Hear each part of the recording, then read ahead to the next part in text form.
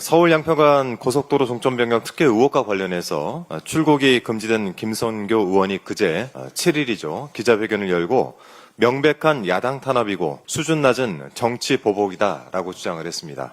어제는 김건희 특검팀이 윤상현 의원 사무실을 압수수색했는데요. 관련해 국민의힘 송원석 원내대표가 압수수색을 강행하는 것은 전형적인 정치 보복이다라고 발언을 했습니다. 참 편리한 주장이죠. 특검의 수사를 정치 보복, 이 네 글자로 규정을 하고 우기면 그동안 있었던 의혹들이 전부 없던 일이 됩니까?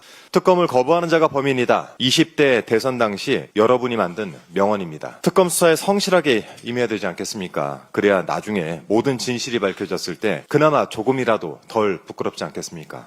악마는 디테일에 있다라는 말을 기억하시기 바랍니다. 변명이 길어질수록 곳곳에서 허점이 드러나기 마련입니다. 김선교 의원은 기자회견에서 고속도로 노선이 원안이건 변경안이건 김건희 땅이 있는지 알지 못했다라고 주장을 했는데요. 윤석열의 장모 최은순에게 허가를 이렇게 잘 내준 김선교 의원이 김건희 일가 땅이 있었다라는 것을 몰랐다고 우기면 누가 믿어주겠습니까? 변경된 종점안은 김선교 당시 군수가 무리해서 만든 남양평 IC로 연결이 됩니다. 그리고 그 IC를 지나면 김건희 일가가 사업을 벌이고 또 김선교의 양평군이 허가를 내준 공흥지구로 연결이 됩니다.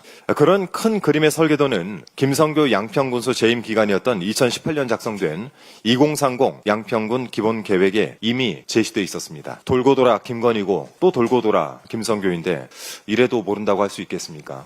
저는 이 문제를 오랜 기간 파헤쳤던 입장에서 솔직히 이 특검이 원희룡 전 장관에 의해서 김선교 의원을 출국 금지시켰을 때 특검이 맥을 제대로 짚었구나라고 생각을 했습니다. 자, 아울러 압수수색을 당한 윤상현 의원은 어제 입장문을 내서 이렇게 말했습니다. 대선 이후 다시 압수수색까지 하는 것에 대한 의도와 이유를 잘 모르겠다. 이 상황에서 대선을 언급하는 윤상현 의원의 의도와 이유를 저도 잘 모르겠습니다. 2022년 대선에서 낙선한 이재명 당시 대통령 후보도 같은 심정이었을 텐데 이제 역지사지가 좀 되십니까? 하지만 윤상현 의원의 상황은 낙선한 사람에게 공직선거법 위반 혐의를 뒤집어 씌우기 위해 먼지털이식 수사를 받아야 했던 이재명 대통령의 그 억울한 처지와는 근본적으로 다르다라는 점을 명확히 해둡니다.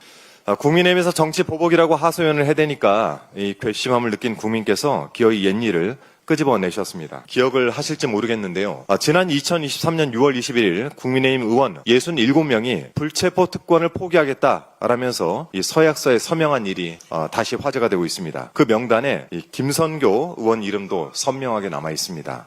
대한민국 헌정사에 불행한 일이 더 발생하지 않길 바랍니다만 이 어떤 상황이 오더라도 국민께 드린 이 약속은 잊지 마시기 바랍니다. 자, 밀라노에 출장을 간 오세훈 서울시장에 대한 이야기 저도 짧게 한마디 덧붙이겠습니다. 밀라노에서 K뷰티 그리고 K패션의 매력을 전파하고 있다더니 느닷없이 현지 기자 간담회를 통해서 국민주권 정부의 부동산 정책을 비판하고 나섰습니다.